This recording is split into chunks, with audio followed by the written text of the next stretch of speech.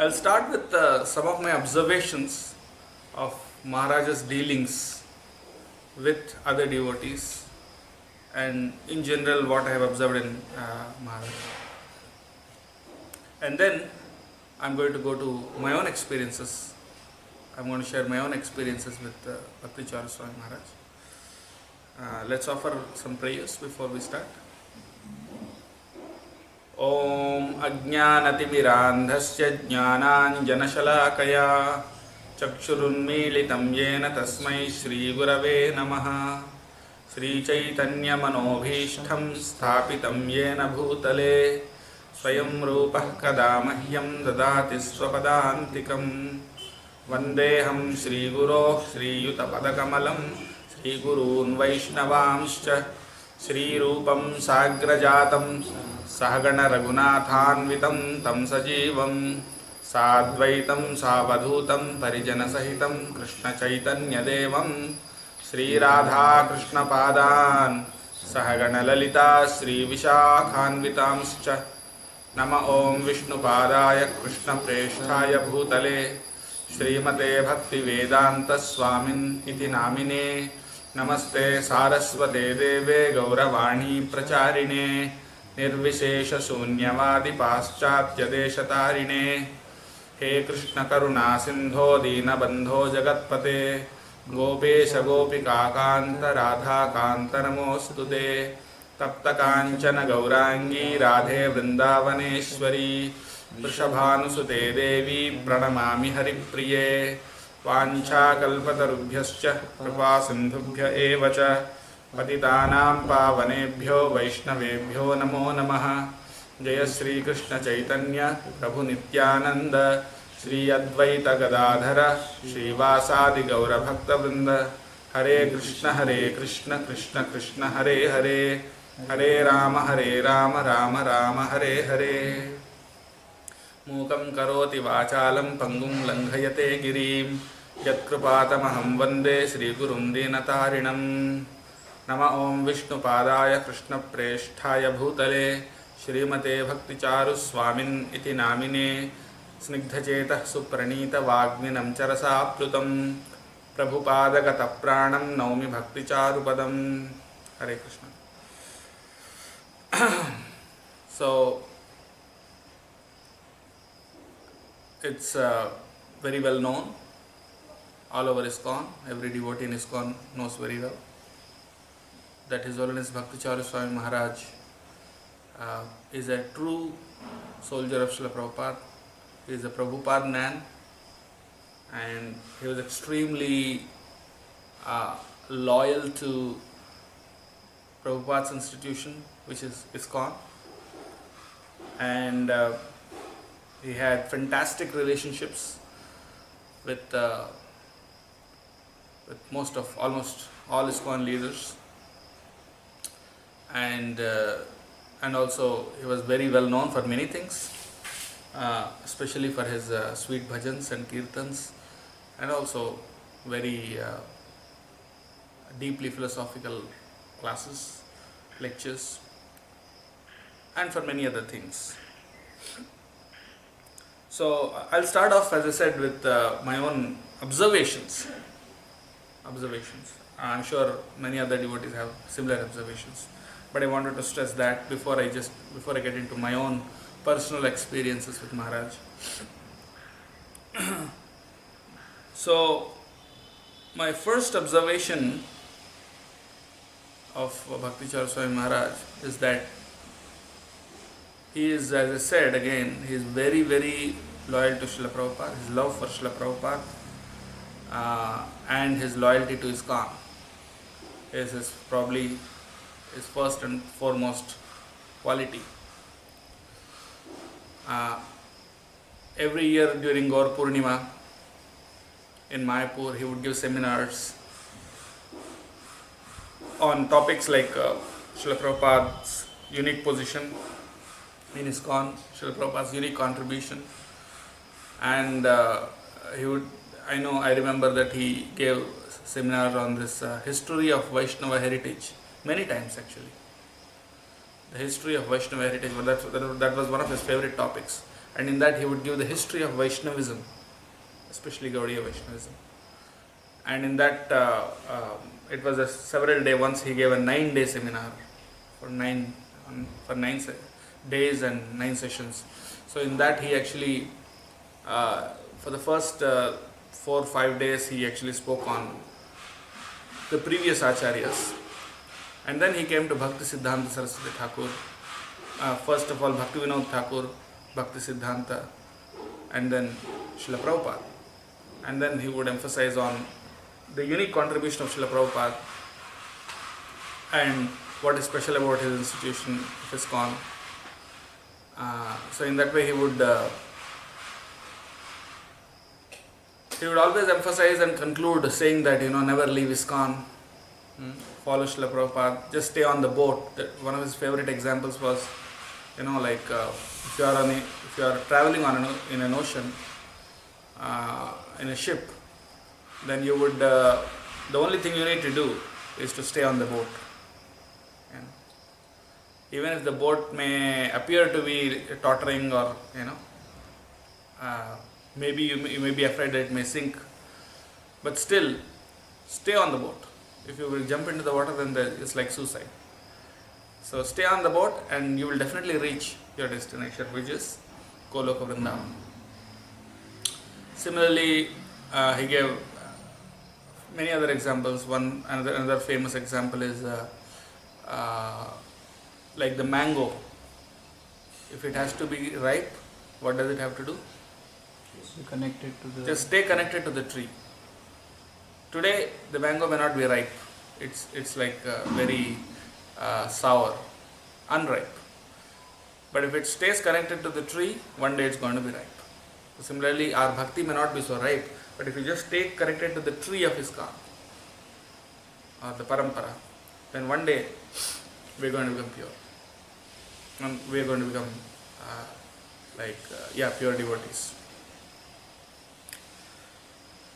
So that's my primary observation. He would always emphasize, as I was saying,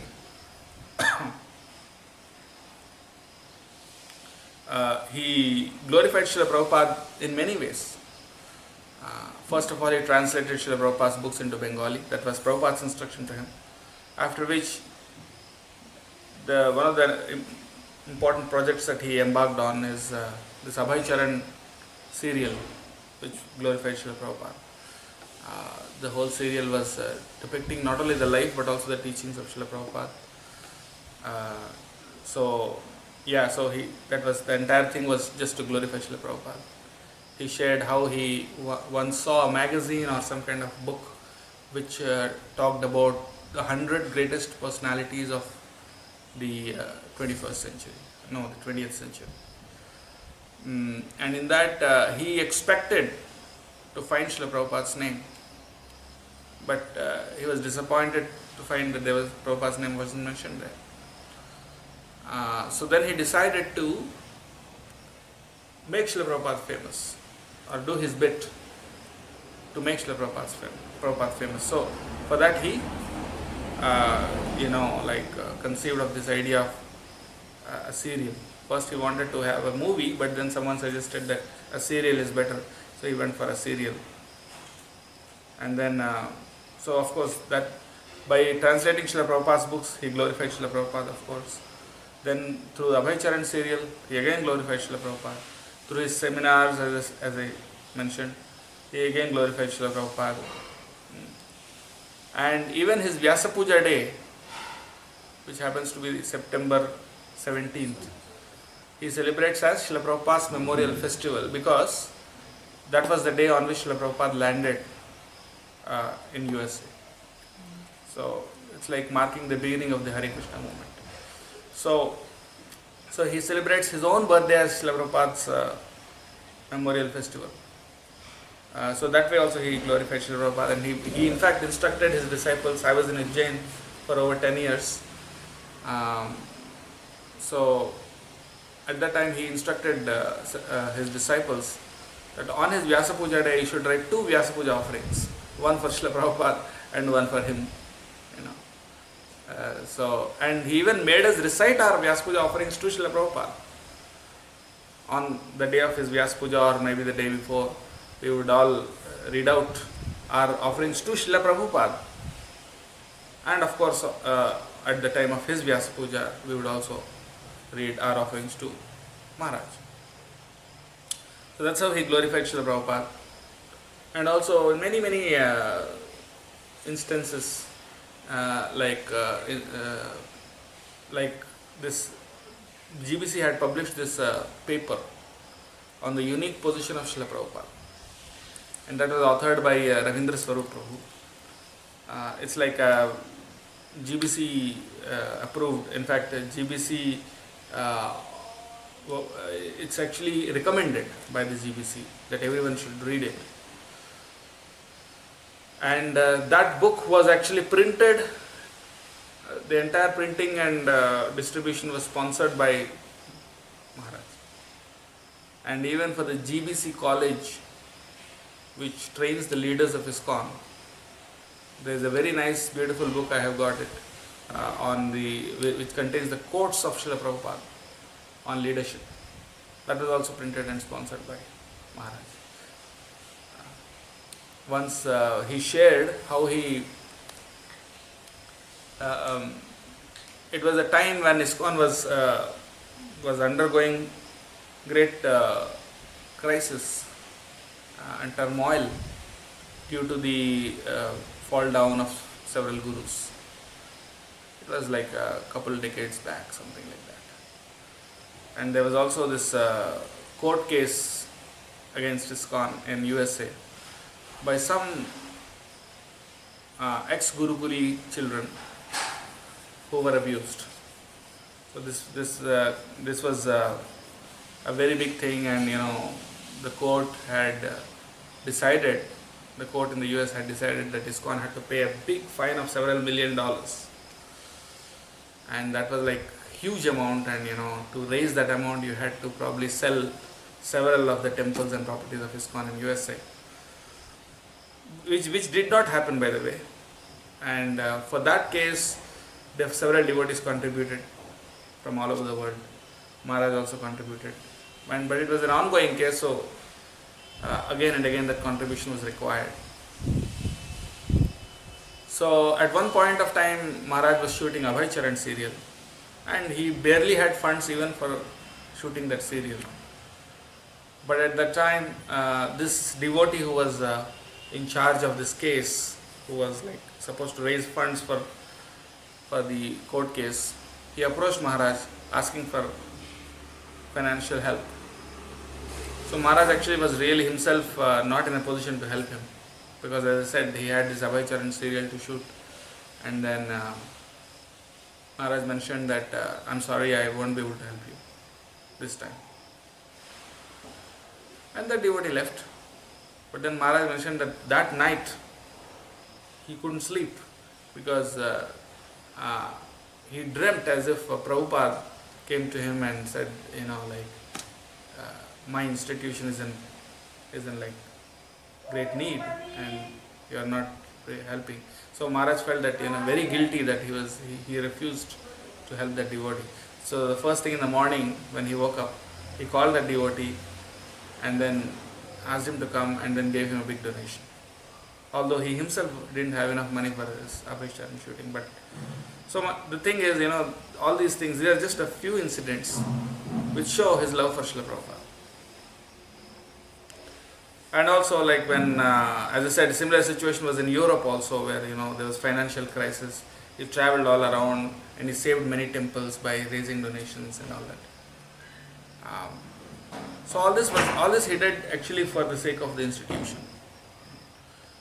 So yes, so that's a unique contribution of Maharaj, that he worked a lot for ISKCON.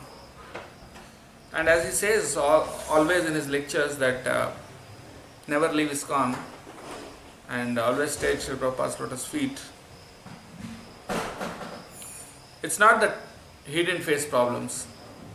He himself, I know, had faced several problems in ISKCON, but still I know how he faced those problems. Many of his close disciples know that very well. Several problems from many different sides. at, at different points in his life.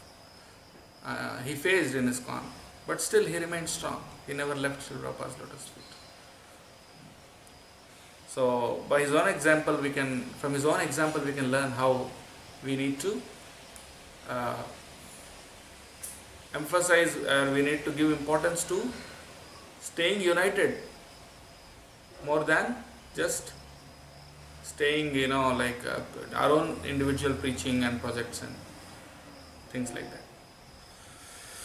So, and then I could see, and also his love for his god brothers. As I said, he had fantastic relationships. Once His Holiness Charu Swami Maharaja, he had, as we all know, he had this stroke. It happened in Mumbai, in Juhu temple. I was also there with Bhakti Charu Swami Maharaj. I was serving as his secretary at that time. I was also in Juhu temple with Maharaj. And early in the morning, immediately after Mangalarti or probably before Mangalarti, the announcement was made that Jayapataka Maharaj had this stroke which was very severe, and he was admitted to a hospital. He is in ICU, he is undergoing treatment, and it was like very severe, and it was very critical actually. At that time I could see how Maharaj was so visibly distraught. I mean, it's not like, if someone has a problem, everyone naturally shows sympathy and they show concern. But it's not just that. Maharaj was really depressed, and he was, you could see, he was really feeling very bad about this. It's not like he was just being formally, respectful and concerned. No, but from his heart, he was really, really distraught. And many times, even in Mayapur, when Maharaj became sick, Bhakti Swami Maharaj, at that time we could see how he was so, affected that he cancelled all his appointments, and he was really sad. So it's a genuine love that he has got for his God brothers. So,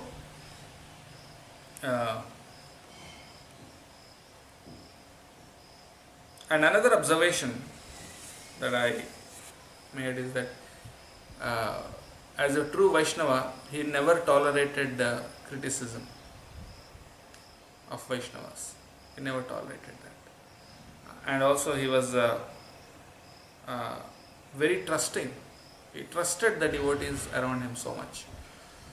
Even the devotees who were his disciples, who served under him, he trusted them completely. Sometimes, some of those disciples who were not trustworthy enough, they even ended up exploiting him for the trust that he placed. Taking undue advantage of the trust.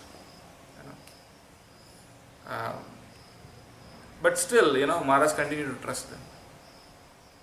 And yes, sure enough, not everyone is, as I said, so trustworthy.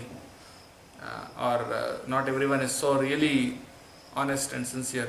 So yes, there were several incidents in his life where devotees kind of cheated him. But that didn't deter him. He still continued to trust those devotees. Whenever he gave a responsibility to some devotee, he completely trusted them. And so that's like a leader. That's a leader who always he not only trusted ISKCON and Srila Prabhupada, of course, but he also trusted his own disciples. So that's a real good quality. And then he empowered his disciples, even though they may not be very, very qualified, to do many extraordinary things. Even junior devotees, he would tell them, you should preach Krishna consciousness. Even though they may be just maybe a year or so in Krishna consciousness, he would still tell them, no, you should preach Krishna consciousness. And he empowered people, and he saw the spark of service in people, in devotees, and then he fanned that spark. I was in this GBC college where they said that the youngest temple president in whole of India was the temple president of Ujjain. He was actually some of them were my students. I used to preach to them. They were in college. And like generally temple presidents are like maybe 10-20 years in ISKCON or more, something like that. But they were barely just a few years. But of course, naturally they had exceptional qualities and they were very loyal and faithful to Srila Maharaj's instructions. So point is, he empowered people. And he emphasized this point always, that never find faults, always cooperate with the authorities, cooperate with the management, local management. And if you have difficulty, instead of criticizing them, try to work with them, or if you still can't work with them, then better you move to another place or you start your own project, but never fight. That was his move. Right? So,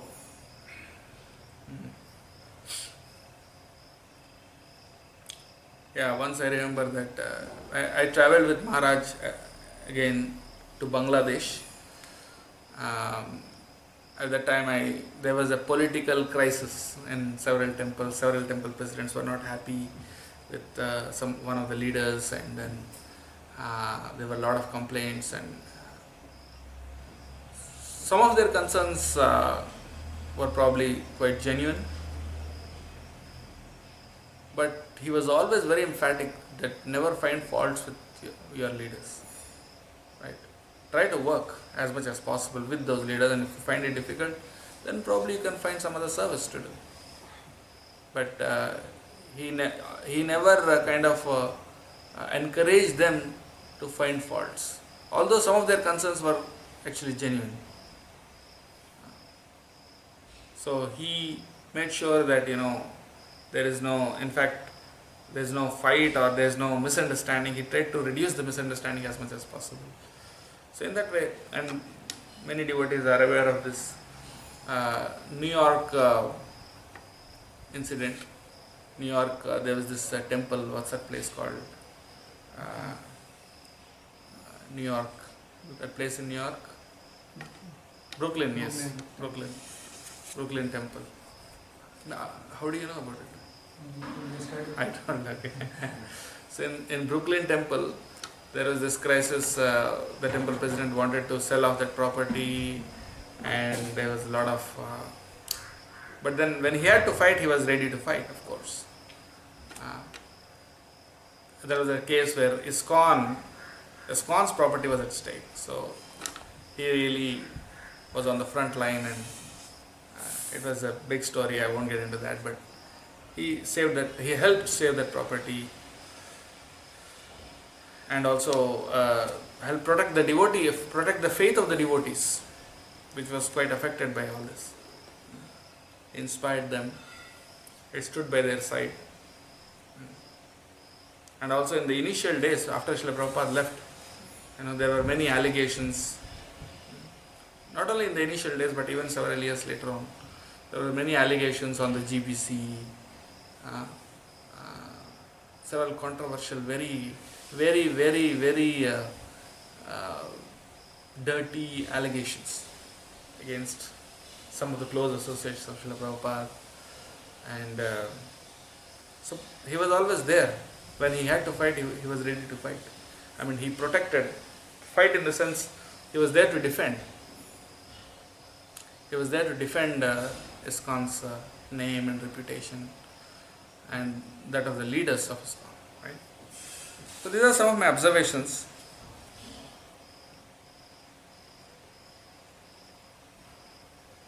And another observation is that he had great faith in the holy name. He made sure that in Ujjain there is always kirtan, as long as the deities were open. The deity darshan was open, there should be kirtan done by a devotee, not some tape recorder or some kind of thing playing. As long as the deity darshan is open, someone should be sitting and doing kirtan. So, and that standard was followed. I think it is still followed, I hope. But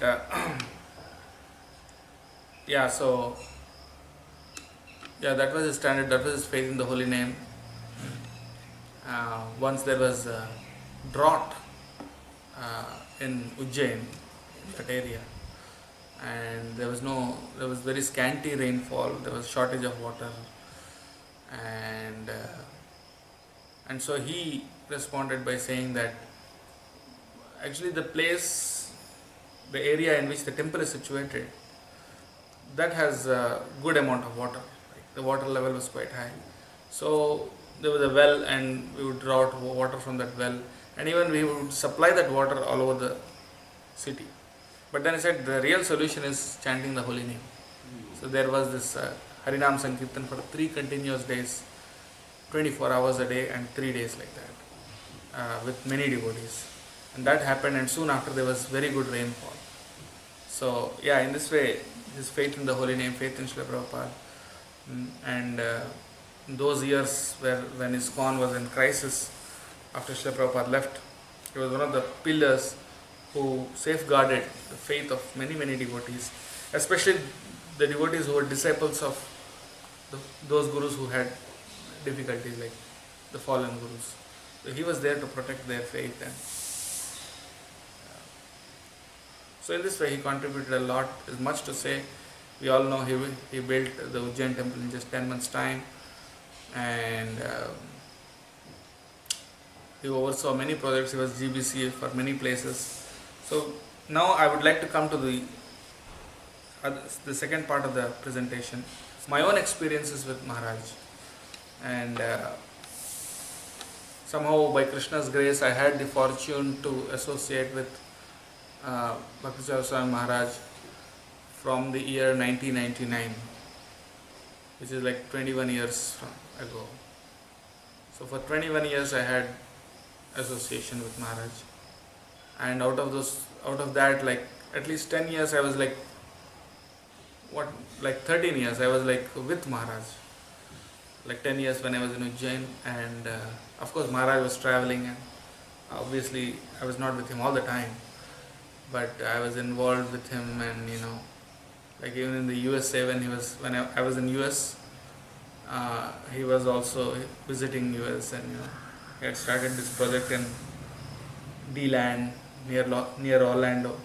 I visited there, spent time with him, and even in India and many places besides Ujjain, of course.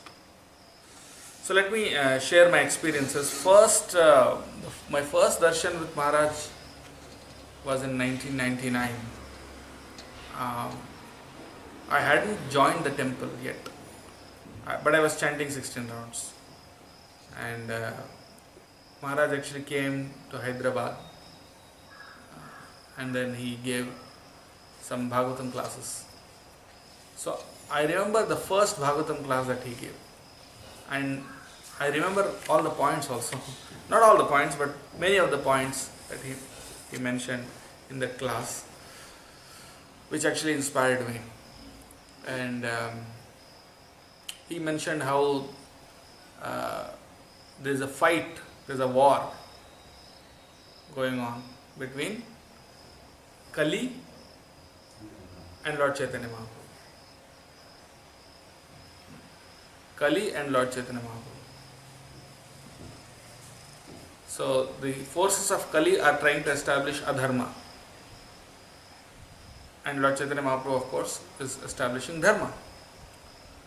And Kali, how does it establish adharma? By breaking the 4 legs of dharma, and by promoting the 4 sinful activities, that is meat eating, intoxication, gambling, and illicit sex. So that was the theme of the whole class. And then he said, in this war you can't stay neutral. Either you have to sign up as a soldier of Kali, or you have to sign up as a soldier of Lord Chaitanya. So which side do you want to take? So obviously everyone said we want to take the side of Lord Chaitanya. And how do you sign up as a soldier of Lord Chaitanya? He said, by agreeing to follow the 4 regulative principles and chant 16 rounds of Hare Krishna every day. So that's like the requirement to be a soldier of Lord Chaitanya. And then he talked in detail about the 4 regulative principles and all that. So that was the first lecture I heard about Charu Swami Maharaja. And obviously he also sang bhajans. So at that time we were a small group of devotees, new devotees. We were thinking, whom should we take Diksha from? We were considering different options. There was the local GBC who was His Holiness Charu Swami Maharaja.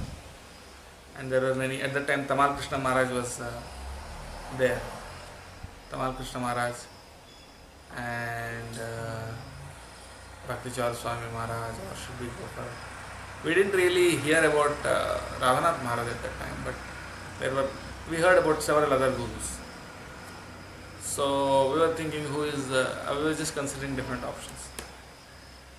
And Gaur Maharaj actually had just passed away 3 years ago, 1996. So we were thinking, Gaur Maharaj would have been alive, it would have been nice, but Gaur Maharaj was not there. So we were considering. At that time, actually Maharaj came in 99 and he gave these classes. 2 days he gave Bhagavatam class. That struck me. I like this analogy of Kali and Chaitanya Mahaprabhu, the war, So then I decided to, soon after that, I decided to take initiation from Maharaj. And then, so when Maharaj came to Hyderabad at that time, there was some political disturbance going on amongst the devotees there.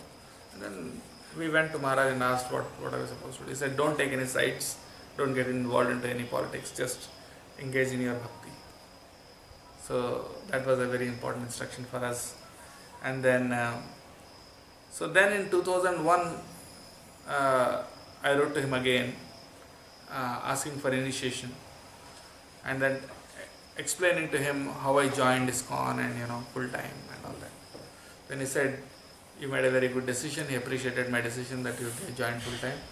But then he replied to my email saying, never look back.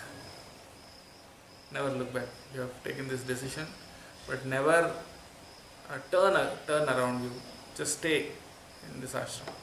So that instruction kind of saved me and made sure that I never looked back after that. Then before my initiation, we once went to Mumbai, Juhu, just to take association of Maharaj, and he gave some classes. And I mentioned, but I'll repeat how once during this Bhagavatam class, I had this voice recorder. Actually, it's like a tape recorder. Those days the tapes were available, cassettes. That was being used. So that was a big thing. We used to record. I used to record the lectures with those cassettes. So during Guru Puja, I was in the temple, but then the tape recorder was in my room. So immediately after Guru Puja, the Bhagavatam class started. Maharaj started giving. I started singing Jai Radha Manas. So I just ran to the room and then got the tape recorder. By that time, everyone was already sitting. But I always liked to sit in the front row. So I just went. But in the front row, there were several senior devotees sitting, and the temple hall was almost full.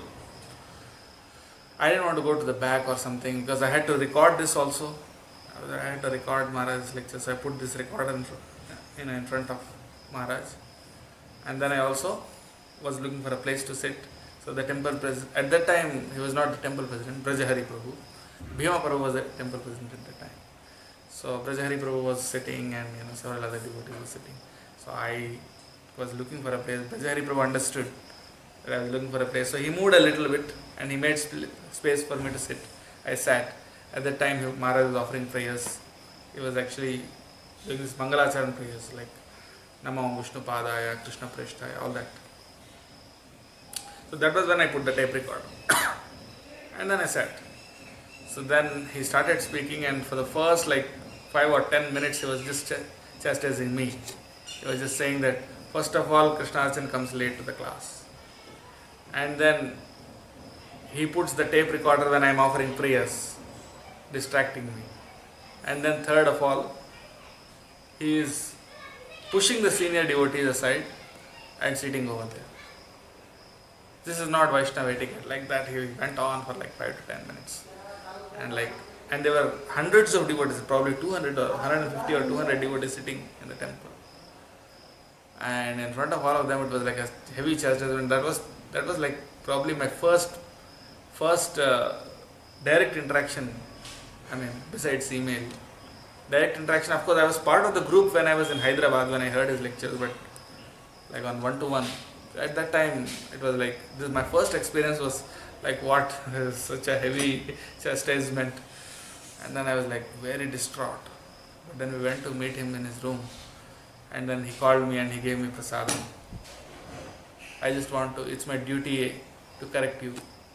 Therefore, I am trying to help you. Like that, he gave. And then he gave some prasadam, and then we left. So. Yeah, so there were several incidents where Maharaj was very heavy. I can recollect. Let me just put that. Yeah, another incident was during my initiation. That was in 2003 in Mayapur. So when I went to Mayapur, everyone had to, all the aspirants, they had to get their beads. Chanting beads, and give it to Maharaj's secretary, who would give it to Maharaj. Maharaj would chant on that and then give it at the time of initiation. So everyone selected their own beads and they got it from the market and gave it to the secretary. So I was, like very enthusiastic. So I went to the shop and I looked for one of the biggest beads. So there was this chanting mala which had this big beads, beads like this, and it like and it was like, since I had 108, it was like a very long mala, and there was this big bag, bead bag in which I had to put it. So I took that mala and I gave it to the secretary. And then of course we were like 3 or 4 devotees from Hyderabad we came for initiation. We were staying in Mayapur somewhere, and then we went for, we went to Prabhupada Samadhi, doing different things.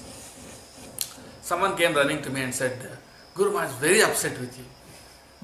He said he won't give you initiation. I said, what happened? I don't know, you just go and ask his secretary. So I went there, and then secretary said, Maharaj is very upset with you. I said, why? He said, this big mala.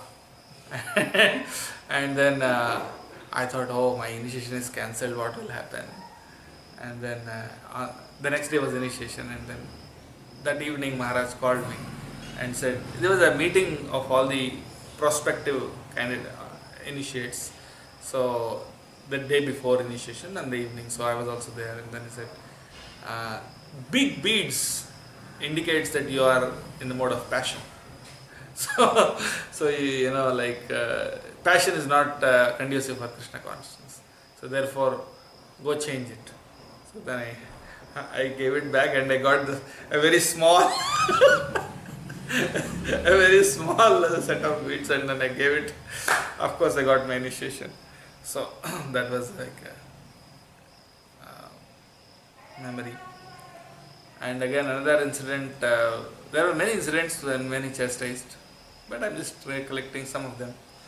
I also mentioned this the other day, that when I joined the Ujjain temple, that was in 2005, before the opening of the temple. We were in a rented place, community hall. So at that time, this was not at that time, this was later on. It was after the construction of the new temple.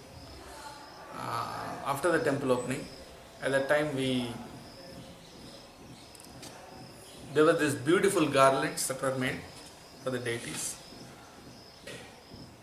Excuse me. So this garland, there was this Mataji who made this very, very nice garlands for the deities. She would make it in the night, and then that was put in the fridge, and the next morning they were taken out and offered to the deities. And every day, just before Mangalarti, Maharaj would come to the temple, and then there was another garland which was supposed to be offered to Maharaj. And that day, during Mangalarti, just before Mangalarti, there were just very few devotees in the temple hall. So So there was no one to offer that garland to Maharaj, so I wanted to offer that garland. Or someone probably, I think, asked me to offer that garland, whatever. So then I ran into the deity deity room, not the main altar, but the room by the side of the deity room. And there was this fridge where the garlands were there. So I went in. I opened the fridge. There were many garlands. I was not sure which one to offer to Maharaj. So there was this medium-sized garland, but that was very beautiful. So I just took it and then offered to Maharaj. And Maharaj just smiled and he blessed me and everything was fine. And then after Mangalarti, I was just chanting. While I was chanting in the temple hall, someone ran and came and said, and Maharaj is calling. I said, what? I went.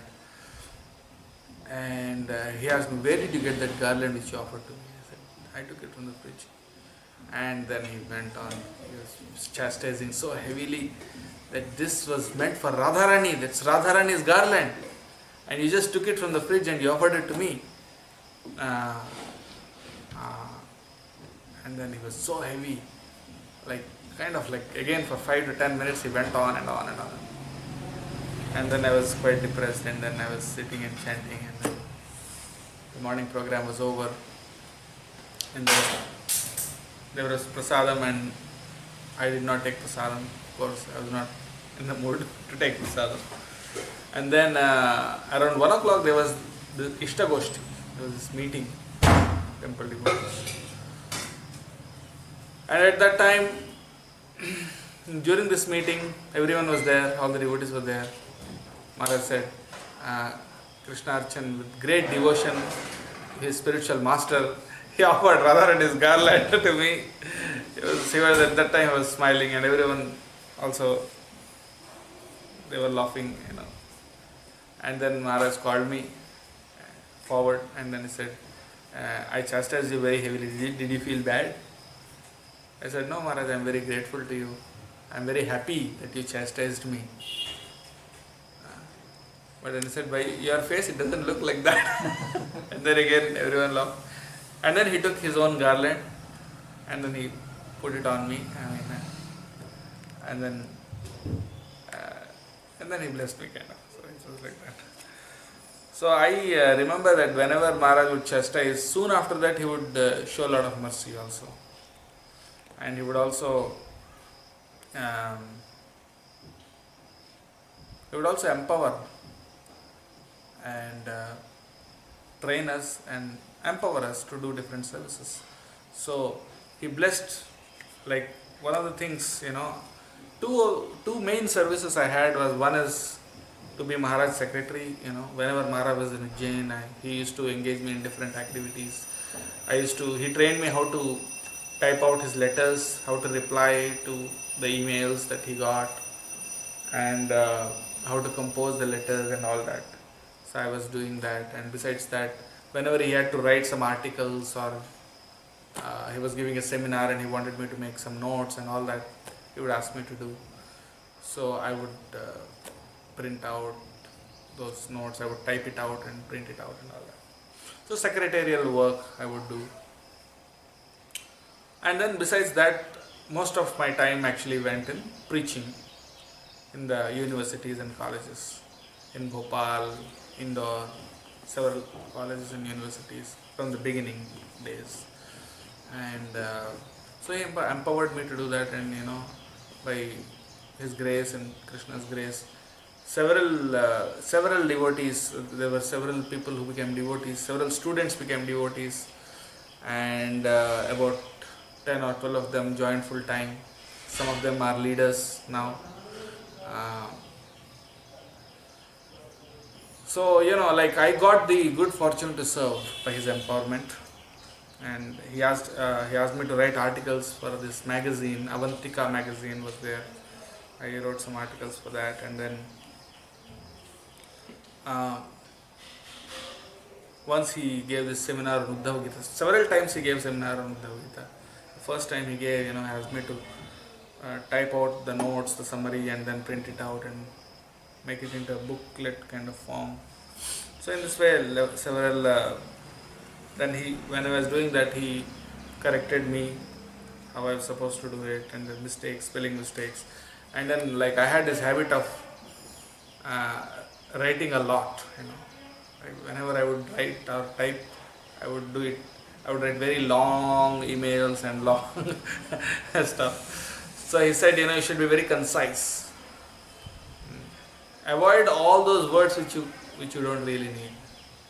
Just keep it in as few words as possible. Right? Like when I say, actually you know very well that I have been doing this service. Like, instead of saying all that, you can just come to the point and say that I am doing this service. Like that. So he trained me how to write letters. He trained even me how to massage. I would massage Maharaj. Maharaj takes a particular type of massage. And then he taught me even how to.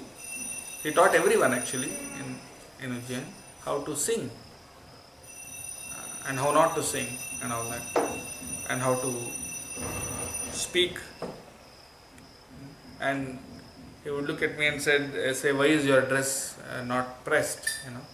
Say, it looks crumpled. You should wear very nice iron clothes and present yourself nicely. So in that way, it trained us in many ways. Then once when I was, in every day when Maharaj would give class, Bhagavatam class in the morning, and sometimes he would give evening class also. The evening class was generally in Hindi and morning class was in English. So I would attend the class, and as every time without fail I would sit right in front of Maharaj, right in front of him. I like to sit right in front of the speaker and hear him with attention. Otherwise, if you sit at the back, then your mind tends to get a little distracted by the devotee sitting around. So I just sit right in the front and I would make notes. I had 4 pens, blue, red, green and black. So there was this code, like blue was for normal notes, red for important points, green for examples and stories, and black for Shastri quotations and some new different points which I found interesting. So I was using these 4 pens and making notes, and then he looked at me and said, "You have 4 pens? You have so many pens?" I said, "Yes, Maharaj, because I codify them like this, And then he was very happy actually. He smiled and said, "I have a pen with 4 colors, like single pen with all 4 color ink. So I'll give it to you." He was quite pleased. And in every lecture I would ask questions at the end. Almost every lecture I invariably had at least one question, if not more, 2 or 3. So then he was very pleased with that, and he would show his pleasure and approval by smiling and answering those questions whenever I would ask them. So that was like a daily thing for me. And once I asked Maharaj, how do you preach so nicely, and why people get attracted to your preaching so nicely? And then Maharaj, he said, "But you also preach very nicely." I said, "No, Maharaj." He said, No, you are also a very good preacher. You are also such a good preacher." And that way he encouraged me. So I remember that also. Once he asked me, because I was a secretary, and I was supposed to edit his lectures, edit his letters and all that. So he asked me, "Do you have a laptop?" I said, "No." I think I had one and it got spoiled, something like that happened, and at that point of time I didn't have a laptop. So then he said, "I'll give you mine." So he gave his very, very expensive MacBook, and he got a new one, of course, someone donated later on. But then he gave his own laptop to me, and although I didn't ask for it, I said, "Maharaj, you will need it." He said, "No, it's okay." take it. So I just took that. So during Ujjain temple opening, that was a very memorable experience also. Actually, it was soon after GBC meetings or probably before GBC meetings. So several of the international GBCs were all present for that meeting, and so they all came for this Ujjain temple opening. At that time, actually the temple just got finished. Even the dome was not fully completed, and so the devotees, the visiting sannyasis, gurus, GBCs, and all the leaders, they were accommodated in various hotels, various different hotels in Ujjain. And it was really hard work. For like one complete week we were so busy, especially the 3 days, those 3 days when those GBCs were there. Like we didn't have even a single hour of sleep. It's not exaggeration. Like 24 hours we were serving. And so many different sannyasis were there, and we had the opportunity to serve them, deliver prasadam to their room, bring them from the hotel room to the temple, and arrange for all the meetings, so many different services. At that time I had the fortune to serve several sannyasis. I remember Jayadvaita Maharaj, he asked me to wash his clothes, and I washed those clothes. But one of the kurtas, it got torn, while I was washing. And I was so afraid what will happen, and then of course I ironed it and gave it back, and I said, Maharaj, I'm really sorry, this kurta got torn.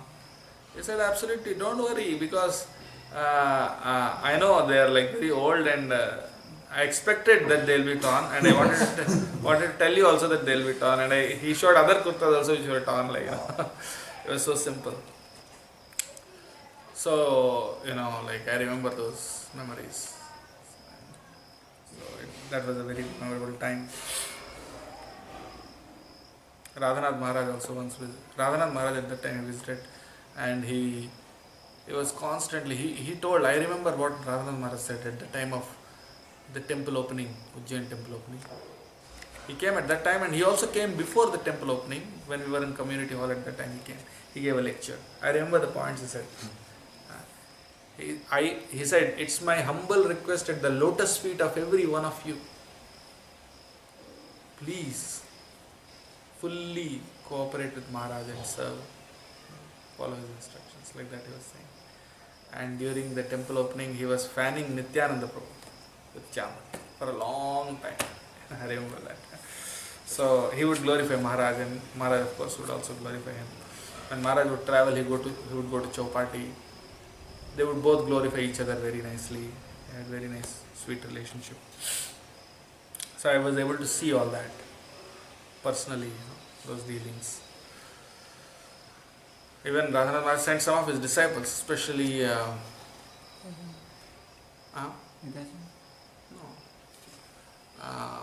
Radha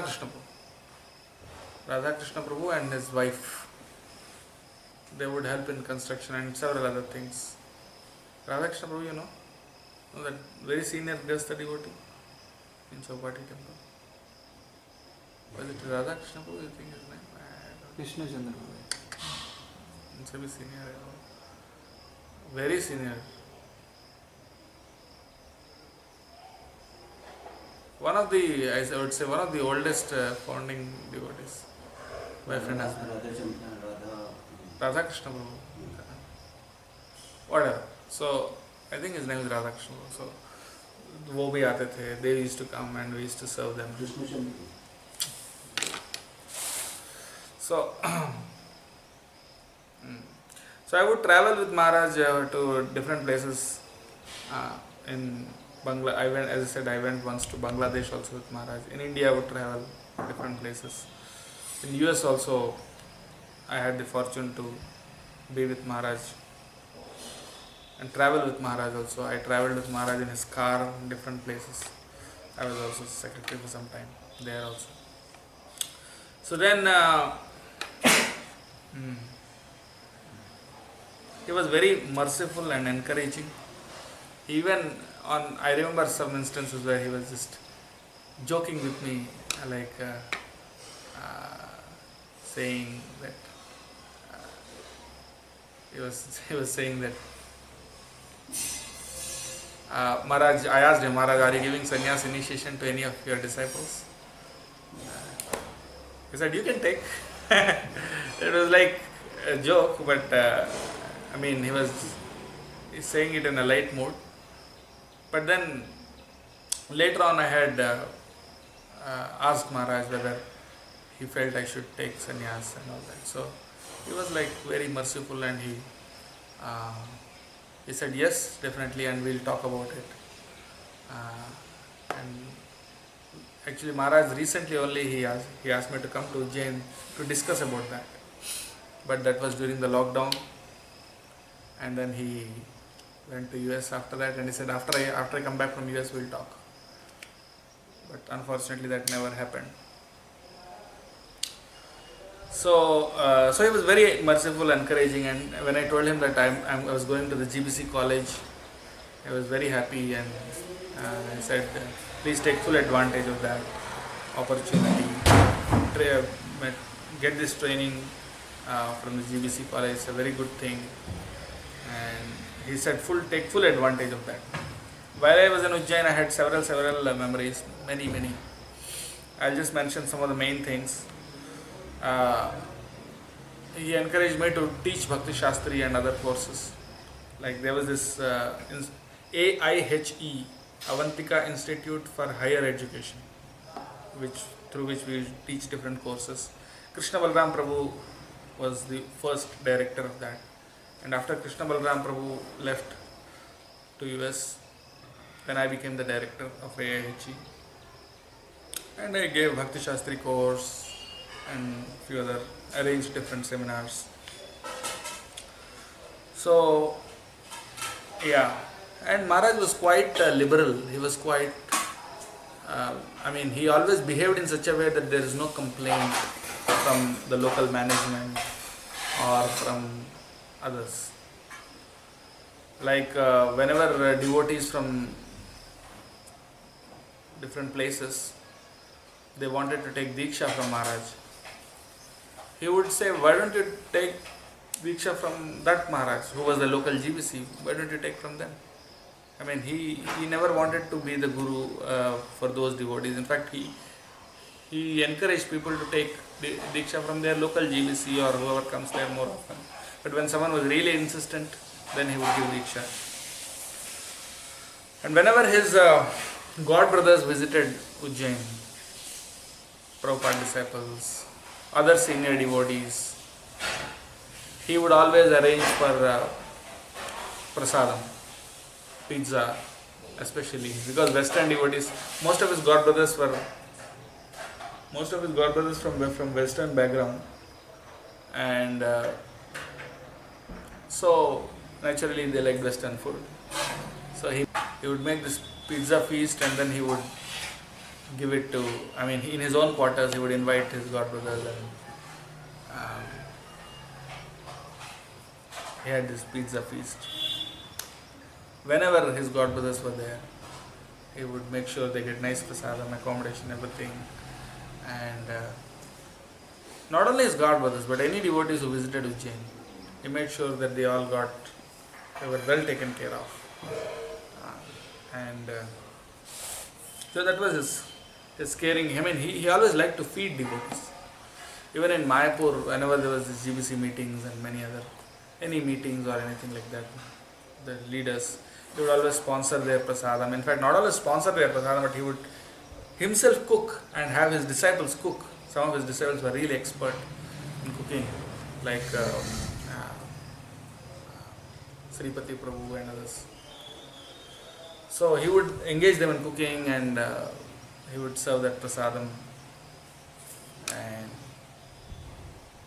in Ujjain temple, of course, he had several of his projects he wanted to establish there, which included the Govinda's restaurant. The Govinda's restaurant, now unfortunately due to some legal issues, it had to be closed down now. But when it was running, it was really world class prasadam. He made sure that the prasadam was really high class.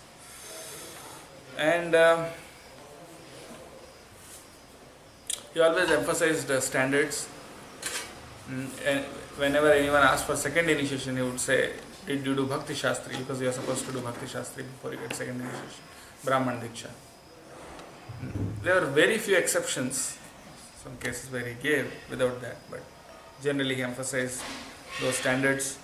And whenever there was a festival or something, he would personally oversee the cooking, the menu, and he would even come down and to the prasadam hall, make sure the devotees are taking prasadam nicely. He would greet them, come to the prasadam hall, meet everyone. And whatever was his was meant for everyone actually. His own personal quarters in Mayapur, he always gives it, he lets his God brothers, or for any meetings or anything like that, he would let everyone use it like that.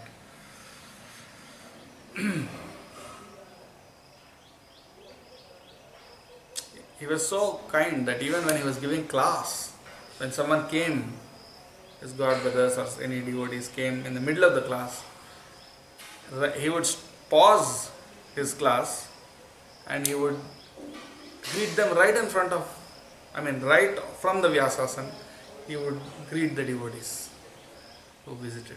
So in that way, he was very caring and concerned.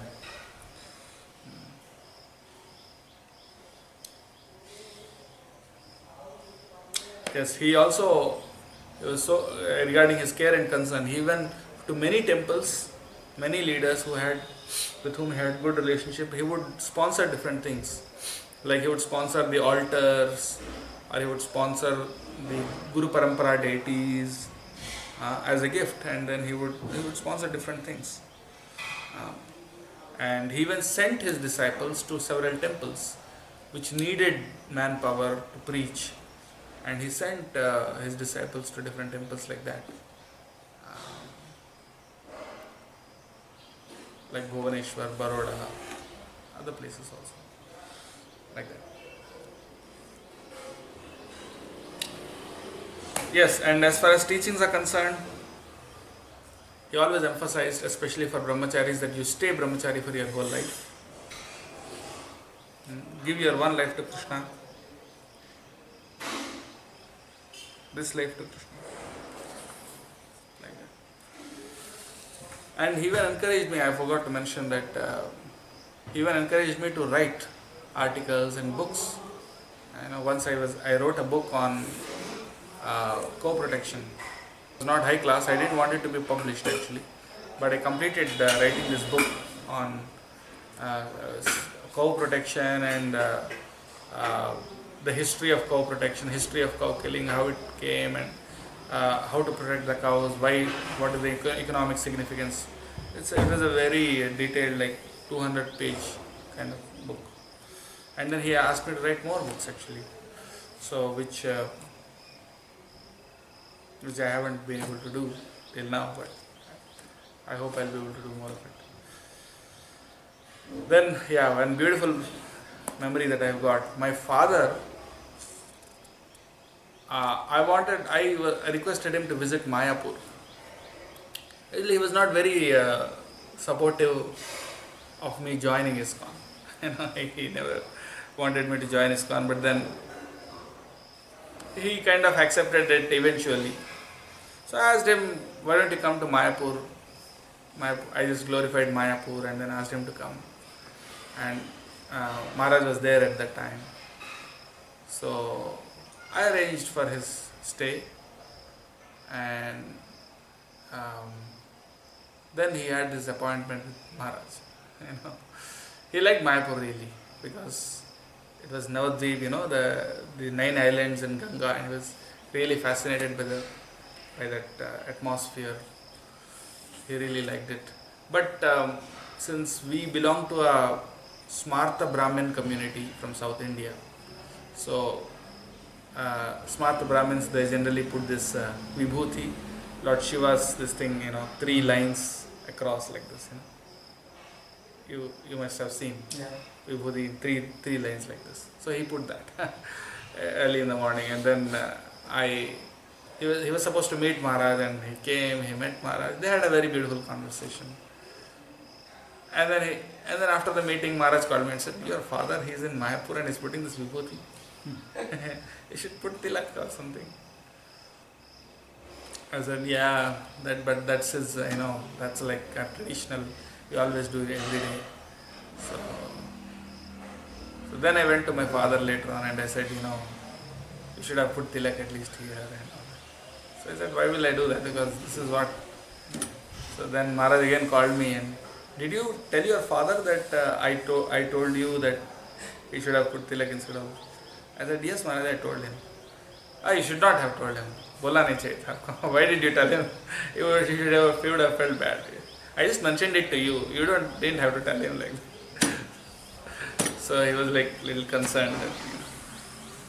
So he showed his concern to my father. He spent time. My father also felt very nice. So some of my memories like that. And when I was in Ujjain, he liked my pronunciation of the shlokas. I would recite the Sanskrit verses in proper meter and all that. So because I was as I said, from my background, I knew how to chant the shlokas and the mantras in that pronunciation, Vedic style. So he asked me to read Bhagavad Gita. Every day in Ujjain, they would recite one chapter of Bhagavad Gita every day after the Tulsi Aarti in the morning. So he asked me to do it every day. Like generally, it was like the system was one day the Prabhujis, the male devotees would do it, and the next day the female devotees, Prabhujis and Mataji, and alternatively. So whenever it was Prabhuji's turn, I was reciting it. For many years actually I did that, and so every day one chapter we would recite, and that's why actually I memorized all the verses of Bhagavad Gita. Every verse I can recite without having to look at the Gita. So, although actually I never consciously tried to memorize all the verses, but they just came to my memory because of constant recitation. So, these are some of my memories. I think I just have a few more. Yeah. As I said, when I asked questions, he would answer those questions. Sometimes, generally he would answer it in a very elaborate way. But sometimes, if he felt that my question was not appropriate, he would even correct me, saying that this question is not appropriate or something like that. And during my, as I said, 20 plus years of association with Maharaj, I wrote several emails. I would regularly write to Maharaj, wherever I was, whether I was in India or US or wherever it was. I would regularly write to Maharaj, and I would keep reporting whatever I was doing. I would ask him for guidance and suggestions. Almost every time he would reply. Almost every time. Once if he missed something, then he would, if I resent that email, then he would reply. Sometimes if by chance he missed. But otherwise generally he would reply to every email. So I have hundreds of emails, maybe hundreds, I don't know exactly how many, but a lot of them, emails that I wrote over the decades, over 2 decades. I have those emails, and those emails were with detailed answers and everything. I felt very grateful and happy that he spent the time necessary. When I was serving as the temple president of Varanasi, at that time when we needed some Lakshmi also, we arranged for a program for Maharaj. There were some pastimes there also. We arranged for a program, several programs with Maharaj. There was one program in a big hall we rented out, and several devotees came. They heard his lecture.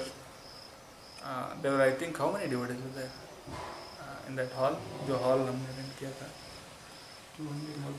More than 200 plus devotees, not new people, came and heard, and it was nice, fantastic prasadam and everything was there. And I was supposed to go back, Maharaj was supposed to go back, and I was about to go with him, and he said, no, you stay here, your presence is necessary, you just stay here, I'll go with someone else. And So I introduced several devotees to him, and they got very attracted to Maharaj, were aspiring to take Diksha from him. And one day he was supposed to have darshan of that कौन सा है वो temple, Panchganga घाट में जो भगवान का मंदिर है, where Lord Chaitanya used to dance in front of that deity, Gopal deity, Krishna's deity. Veni Madhav, no, something like that. Not Veni Madhav, that is I think some Madhav basically. I forget the name. कौन सा माधव है वो, पंचगंगा घाट में है ना वो temple, it's बिंदु Madhav, yes, बिंदु Madhav temple. So Maharaj wanted to have darshan of that Bindu Madhav temple, and of course also Lord Shiva, that is Vishwanath temple, the Jyotirling. So first we had darshan of Jyotirling Vishwanath, and from there we were going to go to Bindu Madhav. So actually from Vishwanath temple to Bindu Madhav there are two routes. One is the regular road route, and the other is via the Ganga. I mean, not via the Ganga, via the bank of the Ganga. You know, from the Ghat, there is Dasashwamedha Ghat. From Dasashwamedha Ghat you could walk to Panchaganga Ghat, and from there you had to climb several steps to go. We could walk, but Maharaj, it was like a long walk for Maharaj. So Maharaj said, it's really far, you should have told me, you would have gone by boat. It was quite far, and the steps were also a lot. So I realized it was a mistake to make Maharaj walk so much actually, And although young devotees, it's no problem, it's like what, 15-20 minutes, 20 minutes of walk. And then another 5-10 minutes to climb all this, a lot of stone steps, a lot of them. But that was also very hard for Maharaj actually. So, yeah, but Maharaj still, he had darshan, and then he mentioned to several devotees, even in the US, that Krishnarchan is doing nice preaching in Varanasi. And he's a powerful preacher and this and that. So I saw that video, and I felt very grateful that Maharaj recognized my meager efforts. So I was very happy. So yeah. So then therefore he felt that I was good at preaching somehow. He had confidence in me. So therefore he sent me to South Africa, he sent me to USA, different places to preach. And as I told you, he would also chastise me once in a while. And once he chastised me heavily, and then he later on he came to me and said, later on when I was with him, he said, I'm sorry, I have a very short temper. He said that. And I said, no, Maharaj, actually you are chastising to correct us. So I apologize if I have said anything inappropriate. So yeah, Maharaj was very heavy just to chastise, just to correct us. But at the same time, soon after that, he would also give a lot of mercy. That's all. Yeah, there are several memories. In Indore also, he opened this restaurant called Vrindas Restaurant. At that time also I was with him. He oversaw every minute detail, how the restaurant was supposed to look, what menu was supposed to be there, everything. When it came to prasadam, he was like very, very particular, and that this quality was good, and he himself was a very great cook. Of course, Srila Prabhupada used to eat his cooking. So, of course, we all know several wonderful pastimes of Maharaj with Srila Prabhupada. So, I didn't want to get into that. That's like very well known to everyone. So, and finally, my last point for today is that he gave seminar on this topic called the art of dying. Art of dying. So this because people generally talk about art of living. There's this famous famous group organization called Art of Living, but it's like materialistic. It's not really nothing to do with Bhagavatam. It's just about how you can live a healthy and nice life. It has nothing to do with God or bhakti or anything. So he said we should talk about art of dying. Bhagavatam talks about art of dying. Parikshit Maharaj died in 7 days, supposed to die in 7 days. But in those 7 days he taught how to die by constantly hearing Bhagavatam. So he gave a seminar on that multiple times actually. And he himself demonstrated also. He went to US only for the sake of preaching. He wanted to be in the forefront of the battlefield, risking his own life. He went there, and then when it was detected that he had coronavirus, he was COVID positive, then he said, I will let devotees decide what. He didn't really want to be put on the ventilator, but he said, I'll let the devotees decide what, whether I should be put on the ventilator or not. So he just surrendered to the decision of the devotees. So that's a very glorious thing. He taught by his own personal example. And he also gave, as I said, seminars. Like most of the leaders, they generally give lectures, but not so many seminars, But he gave a lot of seminars on different topics. He once gave a seminar on Brahmacharya, I got that.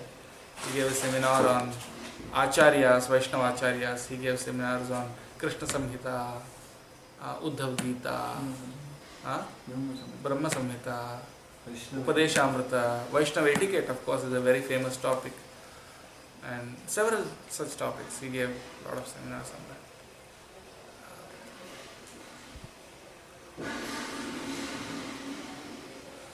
So I just have regrets that I couldn't serve him enough or properly, and I seek the blessings of all Vaishnavas that I may be able to really apply his instructions sincerely at all times for the remainder of my life. So that's with that prayer I'll end this class. Thank you all very much. His Holiness Bhakti Charu Swami Maharaj ki, Srila Prabhupada ki, Gaur Premanande.